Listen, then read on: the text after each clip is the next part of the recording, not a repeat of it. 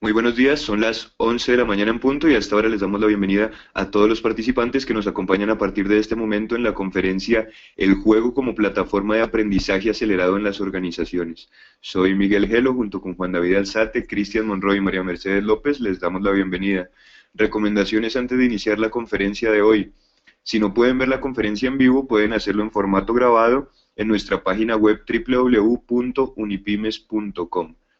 Segunda observación, en esta y en todas nuestras capacitaciones utilizaremos los hashtags numeral de la mano de Unipymes para compartir información y numeral evaluando al experto para ampliar un poco la encuesta que hacemos hacia el final de la sesión. Los invitamos a unirse a la conversación en las redes sociales. Les recuerdo, en este momento en pantalla pueden ver justo debajo de la foto de Ricardo los dos hashtags. Hoy está con nosotros Ricardo Gómez Garzón, él es director general de En Vivo, músico y compositor, formador en industrias culturales, máster en administración de empresas e ingeniero de sistemas, coach y team coach internacional certificado y experto en programación neurolingüística, creador del juego improlingüístico, metodología usada en Vivo para el desarrollo de sus entrenamientos. Les recuerdo también que esta es una conferencia que se hace en asociación con Envía, Enlace Operativo, Banco de Occidente, TCC, ETB, Red de Emprendedores Bavaria, Laboratorios Magnofarma y Colmas. De esta manera le damos la bienvenida a Ricardo, quien a partir de este momento puede iniciar la sesión de hoy. Ricardo, muy buenos días. Muy buenos días, Miguel. Muchísimas gracias por la presentación tan gentil. Un saludo a toda la audiencia de Unipymes en la mañana de hoy. Espero que sea un momento bastante divertido en el cual podamos entender el porqué y el para qué del juego como una herramienta de aprendizaje acelerado en las organizaciones. Ya Miguel lo comentó, pero igual lo voy a volver a decir. Mi nombre es Ricardo Gómez Garzón, soy director general de la empresa En Vivo, en donde nos apalancamos en el juego y en la lúdica para el desarrollo de habilidades blandas en las organizaciones, y específicamente para el desarrollo de equipos de trabajo. Y en las dinámicas que nosotros manejamos, nos hemos dado cuenta que tanto la lúdica de la música como la lúdica de la improvisación teatral o de las expresiones teatrales nos ayudan a acelerar el aprendizaje a partir de verlo como un juego. El juego visto como lo ven los niños. Y es importante acá tener como Ricardo, modelo a los niños. Señor, perdón la interrupción, Ricardo, ¿podemos poner la cámara, por favor? ¿cómo la pongo acá, Miguel? Con el icono de la filmadora que está justo debajo del micrófono. Perfecto, no me había dado cuenta. Discúlpame, ya la estoy conectando. Perfecto, Ahora qué pena la sí. interrupción. Adelante, Ricardo. Bueno, entonces estábamos retomando que el modelo que vamos a utilizar es el modelo de los niños. Yo quisiera que ustedes se remontaran a ese momento de sus vidas donde eran niños, en donde todo fluía mágicamente y en donde no pasaba nada negativo, sino todo era positivo.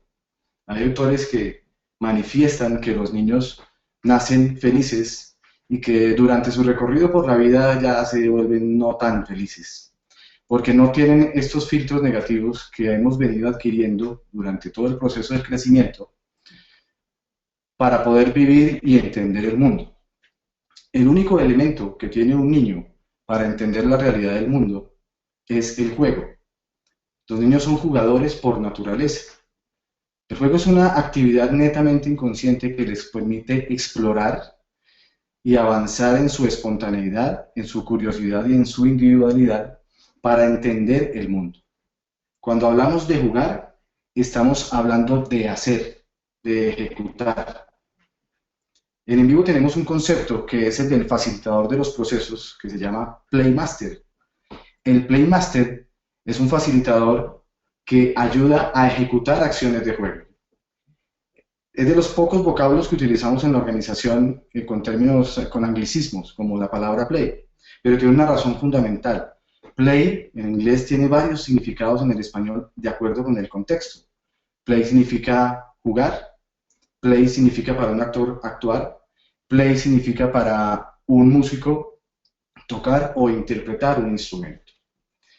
Entonces, es de esa forma como los niños y nosotros los adultos podemos aprender la información. ¿Qué es jugar? Jugar es aprender en el hacer, sin presuposiciones y sin implicaciones negativas y sin creencias limitantes. Una creencia limitante es aquella que no nos permite avanzar. Una creencia empoderadora es aquella que nos va a permitir avanzar. Nuestro organismo está integrado por mente consciente y mente inconsciente. Y de esta manera, el juego involucra mucho más los recursos de la mente inconsciente que los recursos de la mente consciente. Es un tema que abordaremos en los próximos minutos. Como decía anteriormente, jugar implica explorar, actuar, ejecutar y hacer, sin ningún tipo de trabas. Las características que tiene el hecho de jugar, aparte de que tiene dos objetivos claros, uno, por definición de diccionario, es el hecho de ejecutar actividades con el único fin de divertirse. Sin embargo, como lo hemos estado anotando, con los niños aparece el concepto del aprendizaje. Es mucho más dinámico el aprendizaje cuando se pone a la gente a jugar. Otra de las características que tiene el juego es que incentiva la espontaneidad y la individualidad de los miembros de un equipo de trabajo. Implica estar abierto a lo que pase aquí y ahora, y eso definitivamente ayuda a establecer relaciones entre las personas y relaciones con el entorno, entenderlo de una manera diferente. En vivo nos hemos encontrado con que el juego es una herramienta de diagnóstico bastante poderosa.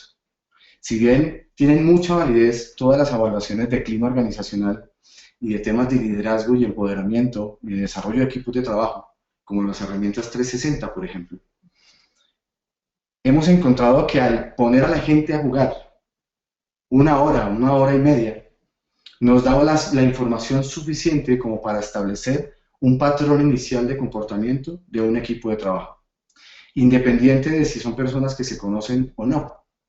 Uno podría poner a gente en la empresa a jugar que no se conozcan y nos podrían dar variables bien interesantes de saber cómo se están relacionando, porque el juego, al ser una actividad que se vuelve inconsciente, nos permite encontrar patrones de comportamiento en función de factores de motivación, por ejemplo, a qué le ponen la atención las personas cuando van a actuar, y los sistemas de representación, lo que significa en programación neurolingüística la forma como las personas oyen, ven y sienten el mundo a través de los 5 sentidos. El juego en los adultos tiene una connotación muy diferente. Ahora en estos días que está tan de moda el programa de MasterChef, uno escucha a algunos de los chefs, independiente de la versión si es colombiana o internacional, decirle a los aprendices que se pongan serios porque el plato que están preparando es una cosa seria. Por lo tanto, no debe ser tomado como un juego. Se escuchan muchas frases como, esto es en serio, no es un juego. Y resulta que ese es un gran paradigma en los adultos. El juego es tan serio como quiere que sea. Los adultos a veces piensan que jugar es solo cosa de niños, como si los adultos no hubiéramos sido niños en algún momento. Más adelante veremos que el inconsciente nunca deja de ser niño, porque el inconsciente es ese patrón que nos identifica con nuestros valores y nuestras creencias de una manera que no nos damos cuenta, y es el que permite realmente el aprendizaje. Los adultos también pensamos que el juego no es serio. A veces hemos propuesto herramientas de relacionamiento comercial para entrenar equipos de alto desempeño en ventas, y cuando les proponemos estructuras de juego, especialmente los directivos, que son mayores de 45 o 50 años, creen que eso no va a ser beneficioso, porque están más acostumbrados a la magistralidad y a la academia de sentarse en un aula, como lo estamos haciendo hoy, y escuchar una información que por obra y gracia del Espíritu Santo tiene que ser aprendida sin hacer, sino con solo escuchar y atender a lo que se está diciendo. Los adultos hemos adquirido muchas creencias limitantes durante el recorrido de la vida. Lo que nos diferencia con los niños, y por eso los niños le sacan más jugo a un juego, es que los niños todavía no tienen esas creencias limitantes. Se las vamos imponiendo nosotros los adultos en el quehacer diario. Los equipos pueden llegar a formarse efectivamente mientras sus miembros estén alineados con un objetivo. Cuando se alinea el equipo con un objetivo, es importante entonces ponerlo en función de un juego, porque en el juego aparentemente todo vale. Quiere decir que las mismas reglas del juego están siendo ofertadas y propuestas por los mismos miembros del equipo. La lúdica, aparte de ser un factor de diversión, aunque en algunos momentos el juego no sea tan divertido o genere dolores, inconscientemente estamos produciendo placer. En esta frase que estamos viendo en la pantalla, podemos ver el concepto de que la lúdica permite aprender a través de incentivar la curiosidad para la creación y generación de conocimiento. El juego es entonces en el adulto una herramienta que, además de facilitar el aprendizaje, me permite ayudar a encontrar opciones más allá de sentarme a pensar. Retomando el tema, ahora que estamos hablando del ejemplo del programa de MasterChef, se habla de que el que piensa pierde, y hay muchos contextos de la cotidianidad de una organización en donde si se piensa mucho, pierde. El juego incentiva la mente inconsciente. Como lo vemos en la gráfica, un gran porcentaje de nuestro cuerpo es mente inconsciente, específicamente el 88% de nuestro cuerpo es mente inconsciente y el 12% restante es mente consciente. Ken Robinson, que es un gurú experto en educación, habla de que académicamente solo se están buscando desarrollar ese 12% consciente y se descuida el inconsciente. En el inconsciente es donde habitan todos nuestros aprendizajes y sobre todo todos nuestros talentos. El juego permite encontrar talento dentro de la organización y permite encontrar dónde ese talento puede ser altamente efectivo. Podríamos entonces hablar de qué relación tiene el inconsciente humano con el juego. Mucha. Y aquí quiero compartirles esta frase que mientras yo estoy hablando quiero que ustedes la vayan leyendo, de Keith Johnston, que es un maestro de teatro canadiense, que en medio de algunas de sus clases de teatro con sus actores descubrió una forma de relacionarse de tal manera que podrían los actores vivir en el aquí y el ahora. Y dio como resultado ese descubrimiento lo que es hoy llamado la improvisación teatral o la impro. Y fue una total coincidencia. Johnston, muy preocupado por ver que sus actores se quedaban bloqueados, esperando tener control total de la escena que estaban narrando, se dio cuenta de que el actor siempre estaba tratando de anticiparse y tratando de controlar el futuro. El futuro no lo podemos controlar. Lo único que tenemos aquí es el presente, como lo dice Deepak Chopra en alguno de sus libros, específicamente el libro llamado Sincrodestino. Y desde ahí Johnston se da cuenta que cuando pone a la gente a incentivarse y a vivir en el presente, la única manera que encuentra es a través de juegos. Y juegos que reten el intelecto de manera inconsciente. De esta manera busca que las personas, y en este caso los actores, sean más espontáneos y sean más originales en las soluciones y en las propuestas lúdicas que tienen en el escenario. Hablemos entonces de cuál es la relación del inconsciente con el juego. Cuando ponemos a un niño a jugar, él juega por naturaleza, casi que no hay que decirle que hay que jugar porque él ya está jugando. El adulto, al ser tan consciente de lo que puede pasar, y sobre todo en su foco de evitar dolores, busca ser más consciente aún para protegerse. El juego, cuando estamos en alto desempeño, que es lo que llama John Grinder y llama Daniel Goleman en su libro de la inteligencia emocional, el estado de flujo, permite que aflore totalmente el inconsciente. ¿Qué significa que aflore totalmente el inconsciente? Que no nos damos cuenta de manera consciente qué es lo que está sucediendo. Con una ventaja, que es que entre más se mete uno en el juego, más inconsciente es el proceso. Y entre más inconsciente es el proceso, podemos garantizar que hay un flujo en el aprendizaje. ¿Por qué? Porque el inconsciente se encarga de establecer en el cerebro toda la apertura y creación de los surcos neuronales para generar el ciclo o el camino del aprendizaje. Registra todas las acciones posibles, así uno no sea consciente de eso. Para eso me voy a remitir al ejemplo normal del fútbol. Cuando a un jugador le preguntan, en este caso que James Rodríguez, nuestro número 10 de la selección Colombia, fue el ganador del premio Puskás ahora con la FIFA, Si le preguntáramos a James cómo fue que pensó el gol, seguramente él no pensó hacer ese gol así. De hecho, cuando lo entrevistaron inmediatamente después del partido, él no sabía que ese gol iba a ser así. Pero sí tenía todas las herramientas para hacer ese gol porque lo practicó y lo practicó. De hecho, él decía que ese gol no fue totalmente suerte, porque esas jugadas se practican y se practican. Pero si quisiéramos hacer un modelo de él, de cómo fue que hizo el gol, nos quedaría un poco difícil tratar de sacarle el paso a paso si no lo viéramos hacer ese gol. ¿Qué significa eso? Que podemos aprender con la repetición. Ustedes que están escuchando esta charla se van a quedar con un cúmulo de información, pero seguramente algunos no van a saber qué hacer con ella. Y otros sí van a querer saber hacer más con ella y van a preguntar cómo hacerlo. Porque necesitamos de procesos reales de acción para poder entender más fácilmente lo que nos están contando.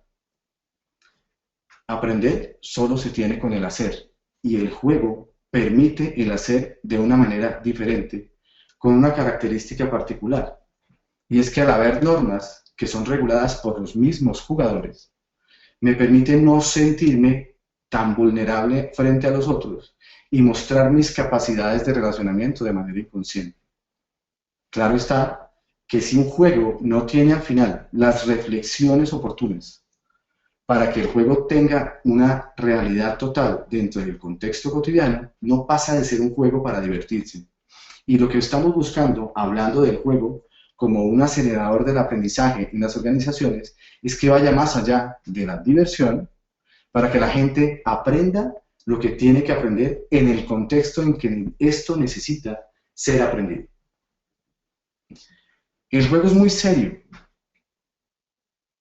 Quiero que ustedes recuerden cuando niños salían a jugar con las bolitas de cristal, con las canicas, con los carritos, jugaban deportes, corrían por la calle y aparentemente aparecía mamá o la abuela o alguno de nuestros tutores por la ventana a gritarnos que teníamos que retomar nuestras actividades caseras, más específicamente entrarnos a comer. En mi época era la época de los años finales de los 70, principios de los 80. Y quiero que recuerden cómo era de molesto cuando estábamos tan divertidos entrar a comer, porque hasta se nos olvidaba el hambre. Y si alguien nos interrumpía, definitivamente nos poníamos de mal humor, porque para nosotros en ese momento el juego era muy serio. Y si uno se pone a ver en actividades lúdicas para los adultos, nos damos cuenta también que cuando el adulto ya está muy adentro del juego, si es interrumpido, no le gusta. Se sale de estado y definitivamente va a reclamar que lo sacaron de un momento de absoluto placer, donde además de la ganancia del placer, tenía la ganancia del conocimiento y de entender su propia realidad frente al relacionamiento con el entorno. Es decir, que el juego es solamente divertido cuando per se tienes esa ganancia.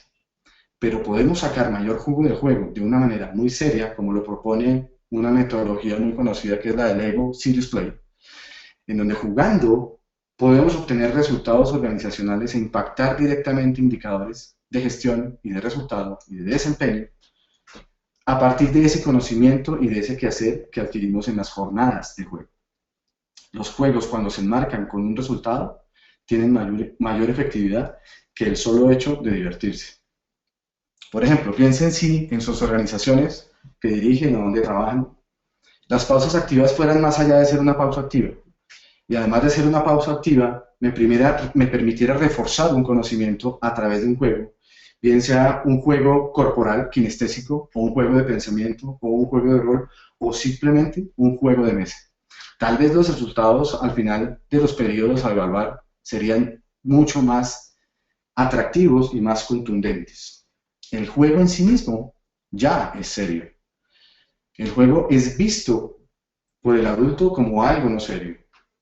Entonces, la palabra jugar implica de una vez seriedad, porque hay unas normas, porque hay unos participantes que requieren el respeto total de su integridad y porque se quiere buscar en conjunto un resultado, bien sea porque beneficia a uno de los bandos, o a los dos bandos, o a ninguno, pero al final se establecen unas reglas de comportamiento. Es el adulto el que lo hace ver como no serio, porque el adulto en algunas ocasiones ha pensado que el juego solamente es para niños y que al ser niños no somos maduros y al no ser maduros vamos a ser absolutamente irresponsables. Sin embargo, cuando se mantiene la responsabilidad de uno como jugador para proponer un escenario de soluciones, es importante entender que la lúdica es altamente bienvenida. Julio Cortázar, por ejemplo, este escritor argentino, en una de sus clases que dictó en la Universidad de Harvard en los años 80, específicamente en el año 83, hablaba acerca de la lúdica en la literatura. Y él decía, en su famoso libro Historias de Famas y Cronopios, él hablaba que lo criticaban mucho porque manejaba unos muñequitos absolutamente extraordinarios, como unos extraterrestres que él llamaba los Famas y los Cronopios, unos que hacían mucho bien y otros que eran más bien tomadores de pelo y hacían mucho matoneo. Lo criticaban porque eso no llevaba a ningún lado. Sin embargo, la lectura lo hacía divertido y dentro de los textos que Cortázar proponía había siempre una reflexión final. Luego él propone que la lúdica nunca puede ser confundida como un juego trivial que no genera sentido o que no genera valor.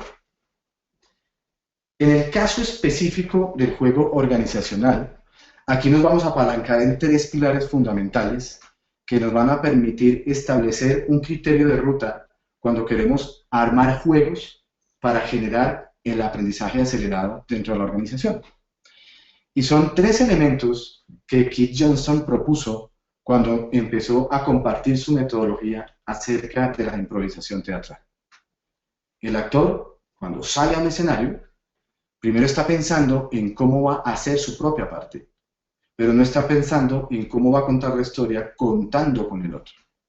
Luego descubre que en ese primer encuentro con el juego se requiere la total aceptación, aceptar mi realidad actual y aceptar la realidad del otro, independiente de las sensaciones que eso me produzca, partiendo de la base de lo siguiente.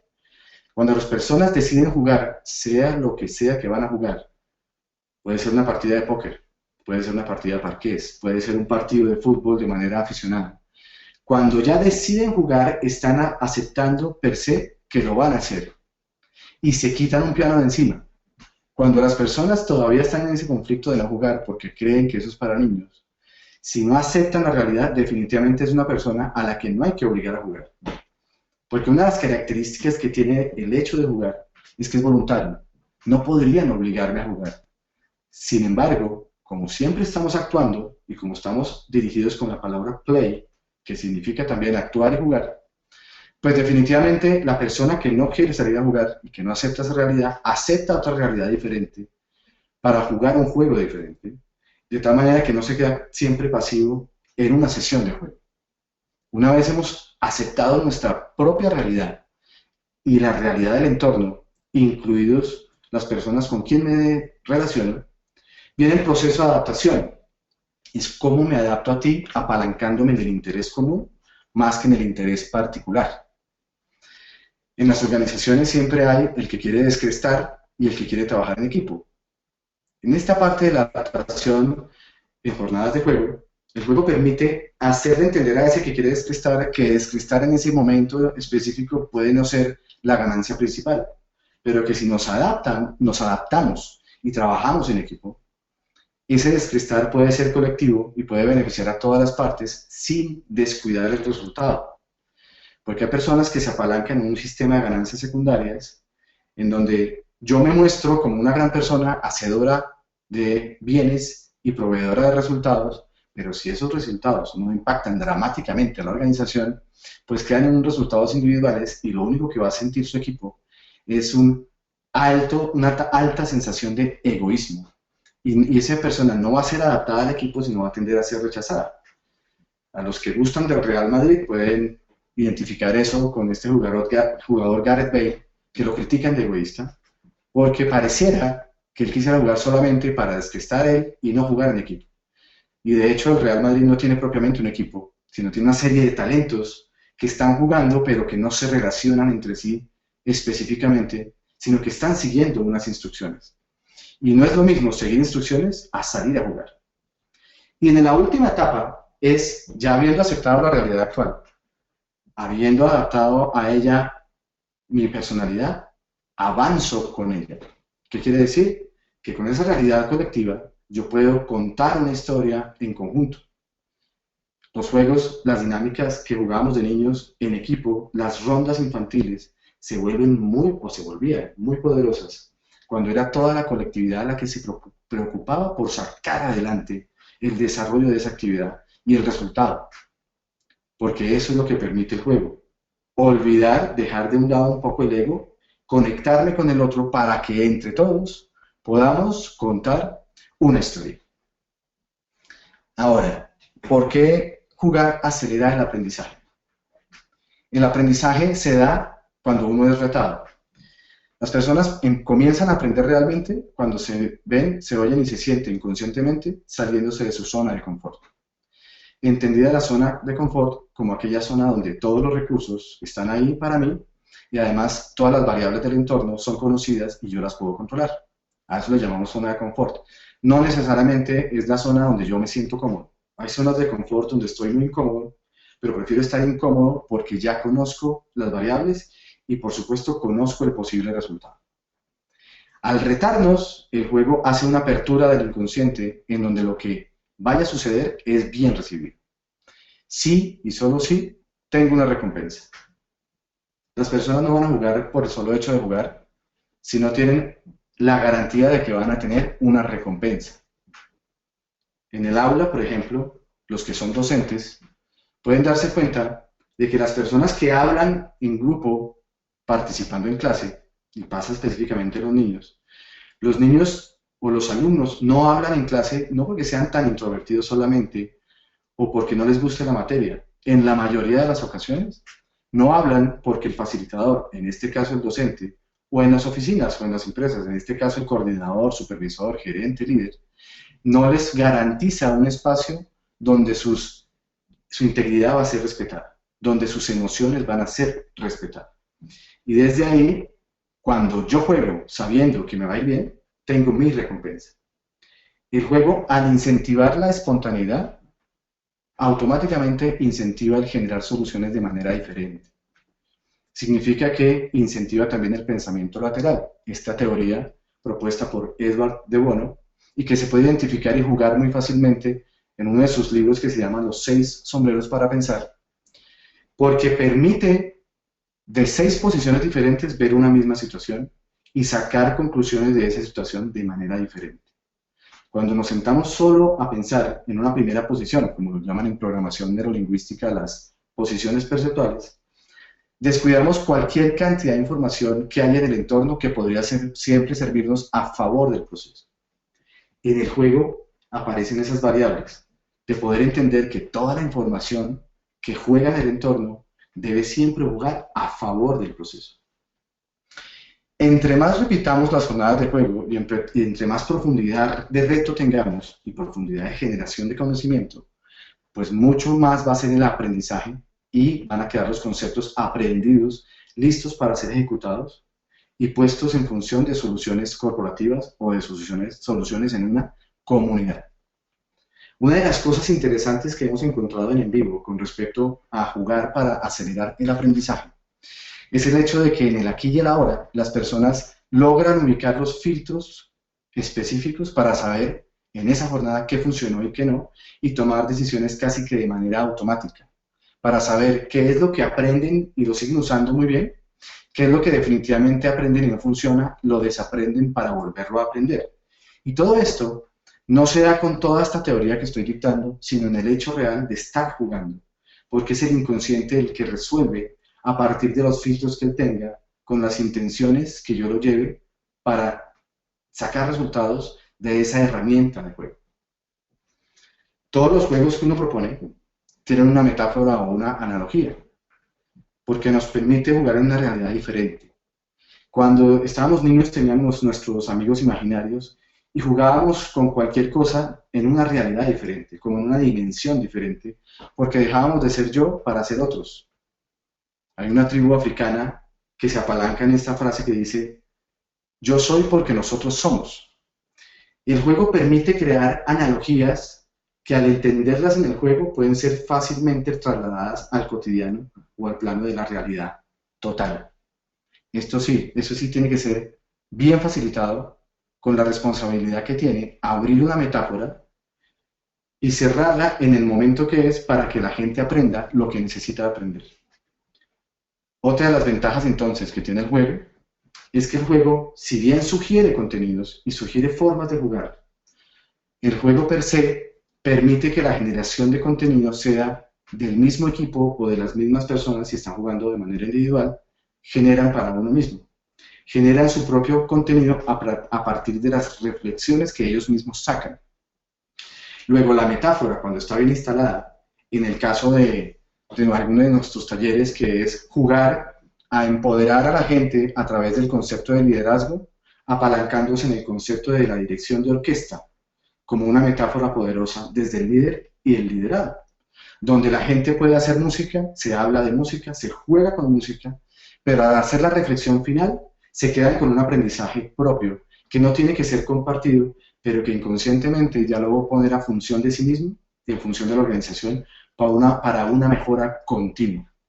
Entonces, la ventaja de jugar en un concepto metafórico y de analogías es que el juego no impone contenido. El contenido lo genera el mismo grupo a partir de la necesidad que tiene para resolver la situación que tiene que resolver. En el vivo hemos diseñado una metodología que se llama el juego improlingüístico. Y el juego improlingüístico es la combinación de tres pilares fundamentales. El juego como plataforma de aprendizaje acelerado, la improvisación teatral como una lúdica que provee unas técnicas que facilitan el relacionamiento y facilitan la interacción entre grupos de trabajo, y la programación neurolingüística. Lo interesante del juego improlingüístico, cuando usamos técnicas de improvisación tanto en la música como en el teatro, no es que le vayamos a enseñar a la gente a improvisar. Los seres humanos venimos genéticamente dotados para improvisar y solucionamos, así como MacGyver, en un contexto bajo presión, en un alto desempeño fácilmente. Pero lo que provee la improvisación teatral, bastante maravilloso, son unas técnicas de relacionarme con el otro que no hemos encontrado en ningún otro oficio. A veces hacemos esta pregunta en auditorios abiertos presenciales y la gente responde acerca de qué oficio me provee a mí elementos de escucha poderosos. Entonces hay unos que dicen que los abogados, otros que dicen que los sacerdotes o las monjas. Pero nos hemos dado cuenta que ni los abogados, ni los sacerdotes, ni las monjas tienen la capacidad de escucha que tiene un músico y que tienen los actores de improvisación.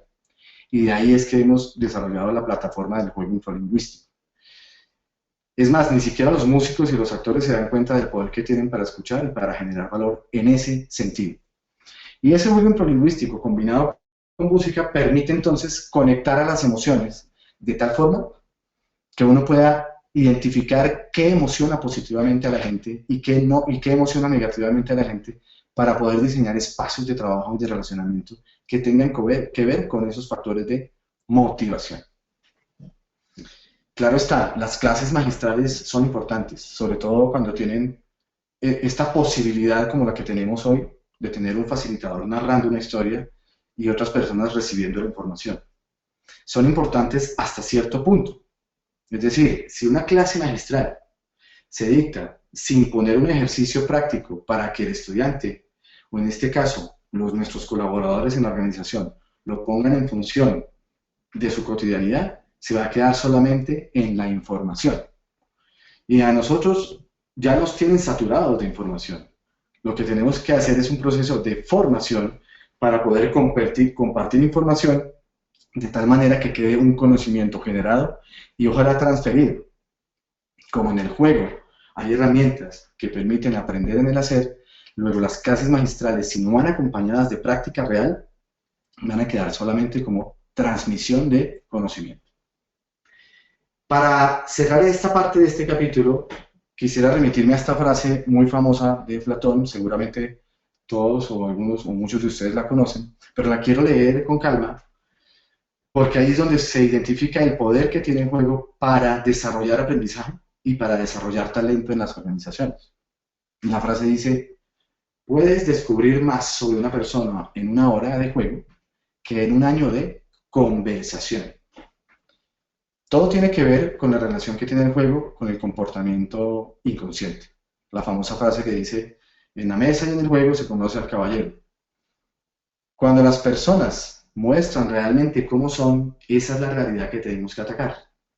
Afortunadamente, por más que tengamos técnicas de actuación y donde podamos jugar camaleónicamente en diferentes situaciones, en una situación donde estoy absolutamente entregado a solucionar un tema, es ahí donde puedo descubrir la realidad de una persona y no para usarla negativamente, sino al contrario, para potenciar esa realidad de esa persona y definitivamente ayudarla a que genere valor en sí mismo y en una sociedad. El juego versus las clases magistrales, que se pueden complementar muy bien, permite la sensibilización sobre temas importantes. Por ejemplo, sensibilizar con víctimas del conflicto. Hemos estado en procesos donde trabajamos con los enlaces de víctimas para poderlos sensibilizar con un juego de tal manera que cuando recuerdan esas historias no los remite al dolor como tal, sino al esperanzador que es encontrar maneras de ver cómo el Estado los puede apoyar en ese sentido. El juego también permite diseñar el ambiente para construir contenidos. Y es el alumno y es junto con su formador el que define ese ambiente. El facilitador de un proceso de juego o el facilitador de una clase magistral es el responsable de generar el espacio para el aprendizaje, la plataforma del aprendizaje, más allá que solamente generar un espacio de enseñanza. El alumno, llámese empleado o alumno como tal, no va a un sitio a que le enseñen, sino va a aprender y va a terminar aprendiendo lo que él cree que le beneficia. Otra de las facetas importantes que tiene el juego versus la magistralidad es que puede resolver conflictos sin salirse del juego o sin dilatar el tema o el contenido o entrar en discusiones que podrían facilitar el romper con el relacionamiento positivo de la sintonía, sino que desde ahí se pueden generar espacios de solución donde todos son escuchados, todos son respetados y van a poder proveer un contenido que genere valor para el interés común más que para el interés particular. Así que esta plataforma permite entonces aprender de manera divertida en los contextos específicos en que sea requerido.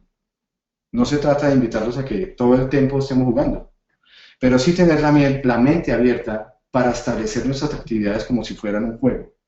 No por evadir la responsabilidad, sino por poder encontrar opciones de aprendizaje que me permitan encontrar aún más cantidad de soluciones y de mejora continua en el desempeño cotidiano, en el cargo que yo tengo y en la responsabilidad que tengo con respecto a los otros. Albert Einstein dice, el aprendizaje es experiencia, lo demás es información. Por eso los invito a que tengan dinámicas de juego, explorar sin temor a equivocarse. Ken Robinson habla en una de sus grandes conferencias, la pueden ver, una de ellas que es muy popular en la página web TED.com, habla de que no se puede ser creativo y no se puede generar soluciones si no se está dispuesto a equivocarse. Y en el único espacio donde el ser humano adulto puede darse el lujo de equivocarse y no sentir dolor, es cuando le diseñamos una plataforma de juego en donde le respetamos su integridad a pesar de que se equivoque. Bien, este ha sido el final de esta conversación y quisiera compartirles nuestra página web y nuestra cuenta en Twitter. Para los que quieran escribirnos y los que quieran preguntar o indagar, pues el espacio ya está abierto. Ahorita va a tomar el tema Miguel para moderar las preguntas. De antemano, muchísimas gracias por la atención prestada y esperamos que esta corta información de 40 minutos, 45, haya sido muy útil para ustedes y ojalá podamos seguir en contacto, ya no solamente en esta plataforma virtual, sino de manera presencial. Muchísimas gracias. Ricardo, muchas gracias por la conferencia de hoy. En efecto, vamos a dar paso a la ronda de preguntas. Les recuerdo que para interactuar con Ricardo pueden levantar la mano de color verde que aparece en el panel en la parte superior derecha de la pantalla o bien pueden formular sus preguntas a través del chat.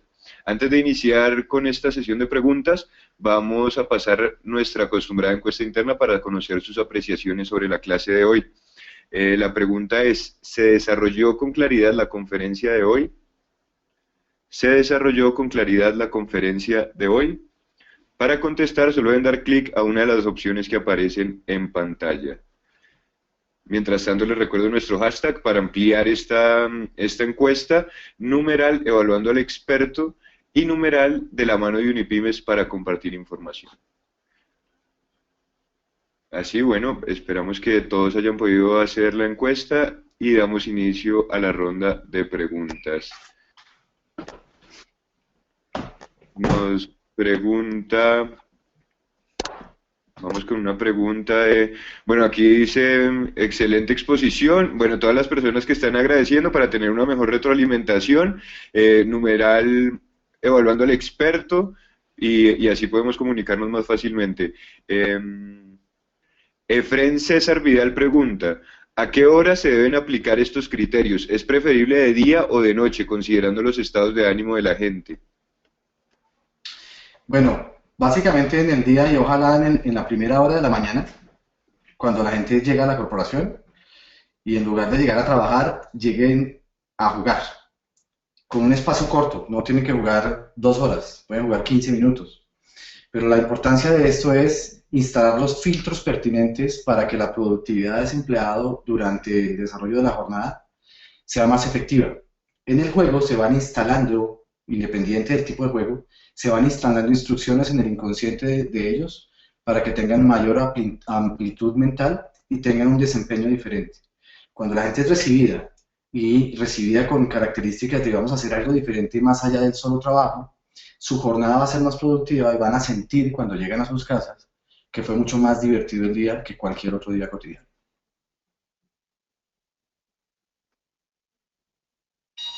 Muchas gracias, Ricardo. Le abro el micrófono a Julián Carreño. Julián, buenos días. Buenos días. Lo que quería saber en sí es cuál es uno de los juegos más recomendados que se puede aplicar, porque hay que tener en cuenta que hay personas que sufren de estrés, hay personas que tienen problemas familiares, personales, hay personas que sufren de depresión o simplemente son males empleados. Entonces, un juego que nos sirva mucho para las empresas. Bueno, muchas gracias, muy buena pregunta.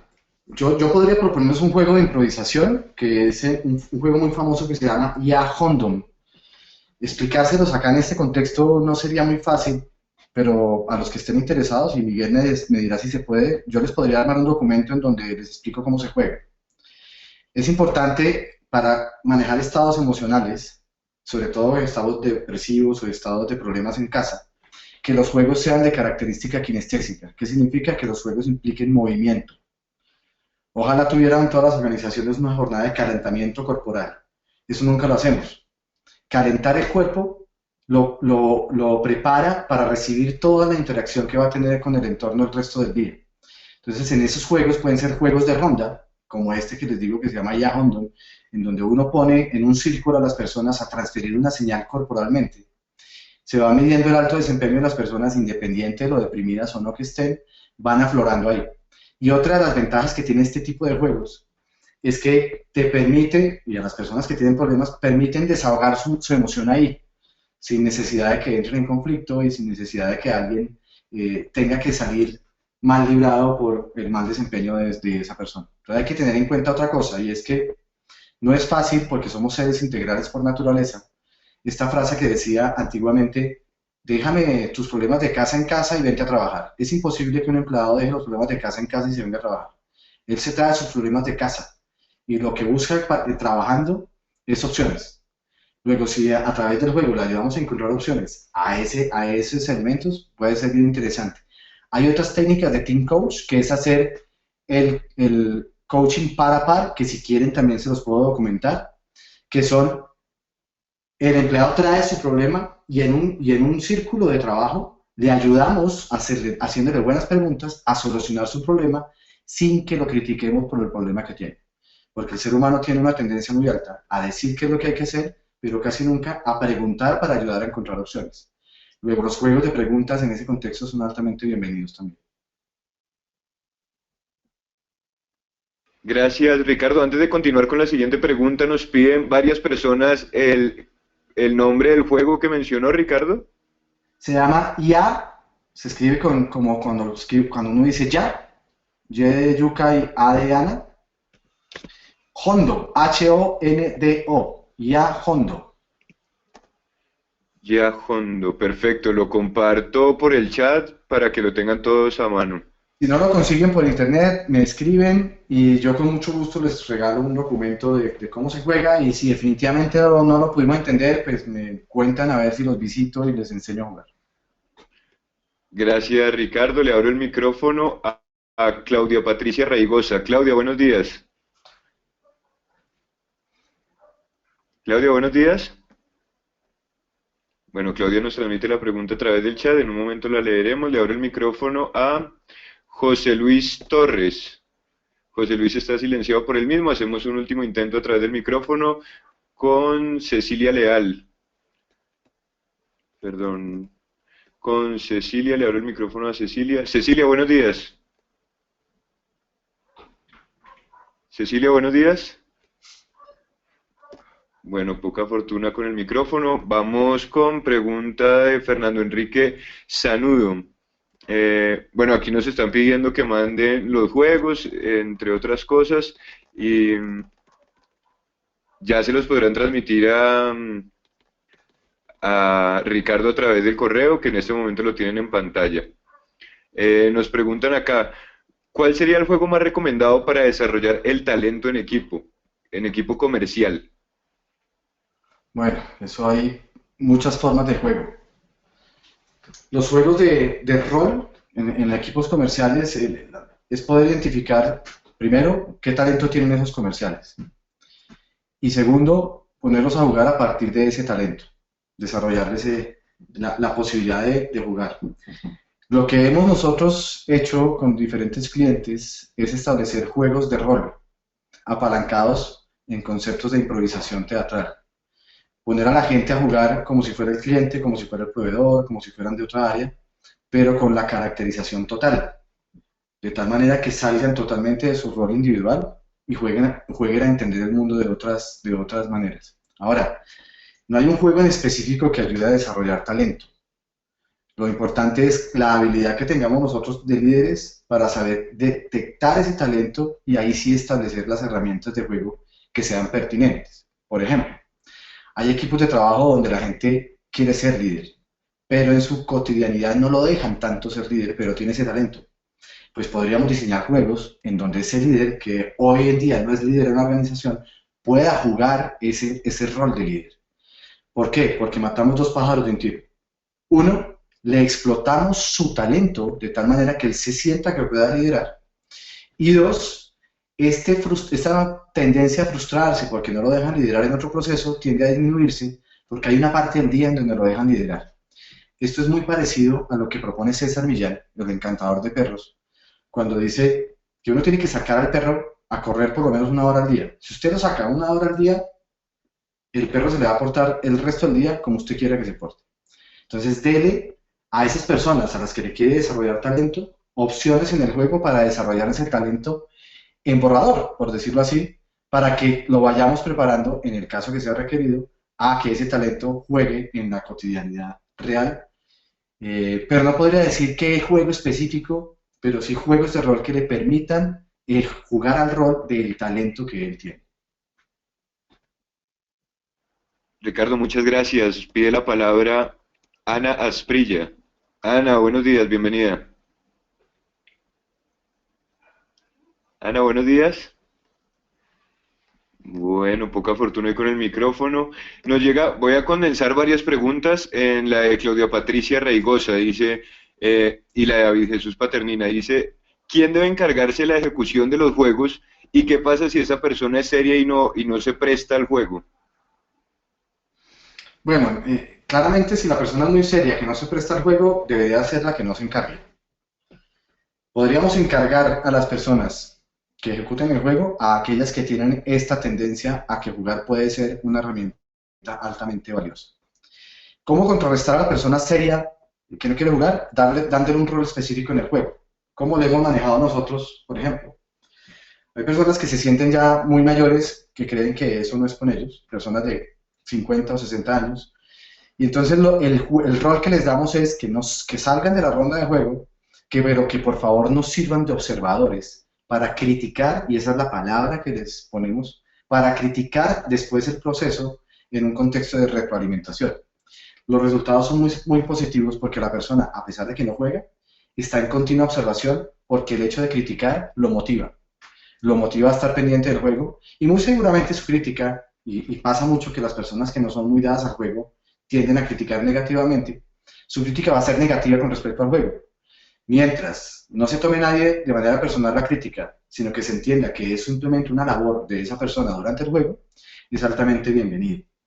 Entonces no necesariamente tiene que ser el líder del equipo real el que lidera el juego. Yo sugiero que le pongan esa labor al que quiere ser líder y que le gusta la dinámica del juego.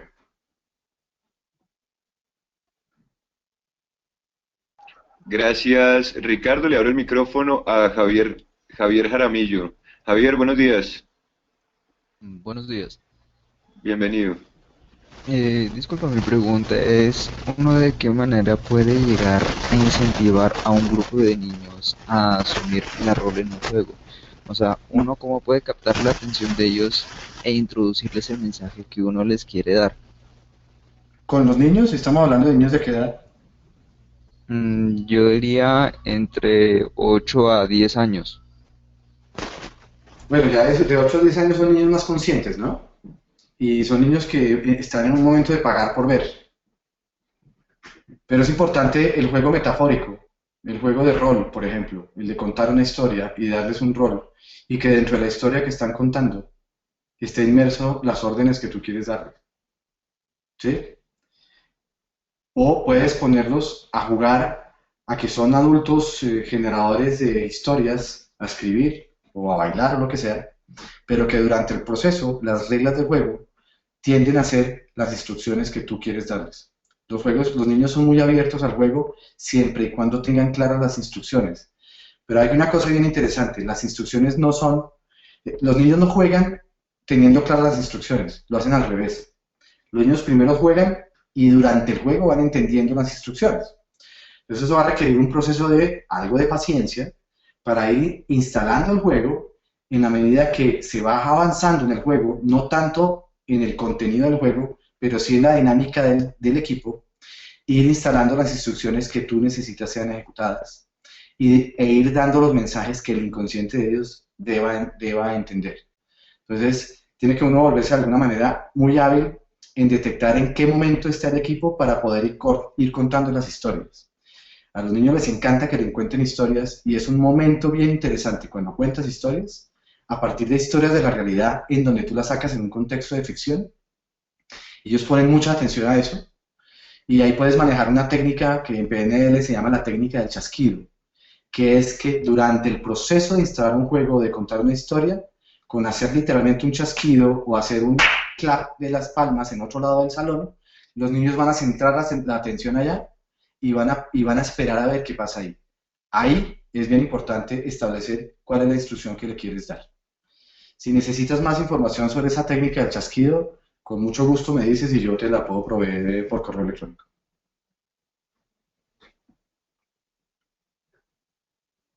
Ricardo, muchas gracias por la respuesta. Continuamos, le abro el micrófono a Efraín Trujillo.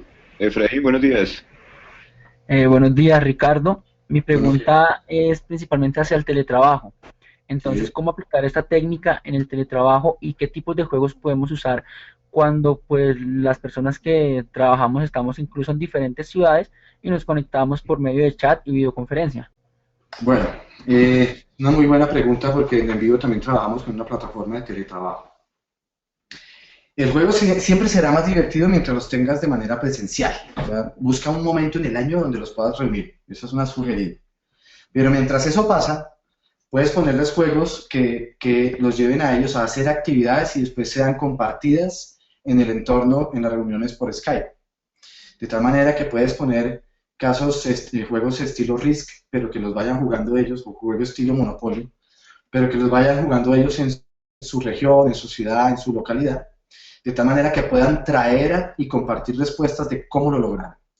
El ser humano y específicamente el adulto, gracias a su ego, que en algún momento lo protege, pero en otros momentos no lo hace fluir tanto, le lleva a que compartir su respuesta le va a ayudar a pensar que es su mejor respuesta y empieza a competir. En esa plataforma puedes ayudarles a resolver su nivel de competencia. En eso tú tienes que ser muy agudo en calibrar cómo lo están jugando, porque a la final no importa el contenido que están generando, sino lo que importa es cómo están logrando los resultados y sobre todo cómo los comparten. Esa sería una buena manera. Otra manera de hacerlo, en vivo lo tenemos en una plataforma que hemos llamado 100 retos, es poner a la gente a retarlos a solucionar diferentes problemas que son propios de la cotidianidad y que los vayan resolviendo y te vayan contando cómo los resolvieron. Y en la medida en que los vas retando, los vas poniendo a jugar en interacción de tal manera que, así sea por Skype o por teleconferencia, ellos necesitan tener aún más contacto. El gran problema con el teletrabajo es que creemos que no necesitamos conectarnos con nadie, sino con el jefe. Y ese es posiblemente una de las razones por las cuales el teletrabajo en Colombia todavía no da los resultados que son. Las personas que son expertas en teletrabajo y que han vivido el proceso productivamente se han dado cuenta de que estar permanentemente en contacto con los colaboradores es altamente bienvenido. Y un juego que los rete puede ser aún más poderoso. Espero haberte resuelto la pregunta. Gracias, Ricardo. Ricardo, nos preguntan muchas personas acerca de referencias. ¿Dónde pueden encontrar juegos, tipos de juegos específicamente para cada grupo de trabajo? Bueno, en Internet hay cualquier cantidad de listas de juegos. ¿Sí? Yo también les puedo proveer de documentos en donde hay fácilmente 100 juegos que son de infantiles que pueden ser trasladados en el plano del adulto. Y mi sugerido por ahora es que busquen juegos de improvisación. ¿Por qué juegos de improvisación? Porque los juegos de improvisación no necesitan ningún otro recurso sino la persona presente. Y de esa manera podemos facilitar los procesos. Ya cuando son juegos de mesa, estilo Lego, o estilo Parqués, o estilo lo que sea, implica un recurso que a veces no lo tenemos a la mano y se vuelve una gran excusa para no jugar. Esa es mi recomendación. En este momento no tengo a la mano referencias específicas, pero con mucho gusto puedo compartir algunas páginas donde yo me he encontrado con documentos que proponen juegos interesantes y que los puede ayudar a saber qué juego sirve para qué. Yo también me podría comprometer, por supuesto para esta semana no lo haría, pero me puedo comprometer para la siguiente, a elaborar un documento en donde les cuente qué tener en cuenta para decidir qué juego utilizar. Es decir, desde qué se quiere lograr con el juego y desde si el juego implica que desarrollen el pensamiento, la inteligencia cognitiva, o si implica que desarrollen alguna de las otras 6 inteligencias, la musical, la de espacial, la de relacionamiento, la inteligencia emocional. Entonces, sí les puedo dar una plataforma de qué tener en cuenta para escoger qué tipo de juego. Ahí con mucho gusto les puedo dar referencias. Ricardo, muchísimas gracias por resolver las dudas del auditorio y por la conferencia en general. No sé si hay algo para decir. En este momento tienen el correo de Ricardo en pantalla. No sé si hay algo más para decir antes de cerrar la sesión de hoy.